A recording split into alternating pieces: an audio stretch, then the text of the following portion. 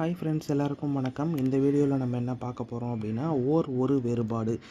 எந்த இடத்துல பயன்படுத்துவோம், எந்த இடத்துல பயன்படுத்துவோம் அப்படிங்கிறது தான் பார்க்க போகிறோம். இது நமக்கு எக்ஸாமில் அடிக்கடி கேட்குற ஒரு கொஷின். பாருங்கள், வந்து உயிர் எழுத்தின் முன் வரும். உயிர் எழுத்துக்கு முன்னாடி தான் நம்ம பயன்படுத்துவோம். அதுக்கான எக்ஸாம்பிள்ஸ் இங்கே இருக்குது பாருங்கள். 1000 அப்படிங்கிறது உயிர் எழுத்து. அப்போது அதுக்கு முன்னாடி அடுத்தது அணில் வந்து உயிரெழுத்து. அதனால் இதுக்கு முன்னாடி நம்ம பயன்படுத்துகிறோம். இதே நம்ம எங்கே பயன்படுத்துவோம் அப்படின்னா, உயிர்மெய் எழுத்துக்கு முன் வரும். நம்ம எங்கே யூஸ் பண்ணுவோம் அப்படின்னா, உயிர்மெய் எழுத்துக்கு முன்னாடி. அப்படிங்கிறது உயிர்மெய் எழுத்து. அப்போது மரம் அதுக்கு முன்னாடி யூஸ் பண்ணுவோம். அதே மாதிரி பறவை அப்படிங்கிறது உயிர்மெய் எழுத்து. அப்போது அதுக்கு முன்னாடி வரும்.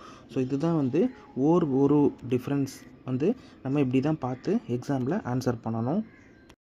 உங்களுக்கான ஒரு கொஷின், கீழ்காணும் தொடர்களில் ஓர் சரியாக அமைந்த தொடர் எது? இந்த கொஷினுக்கான ஆன்சரை நீங்கள் கீழே கமெண்ட் பாக்ஸில் கமெண்ட் பண்ணிவிட்டு போங்க.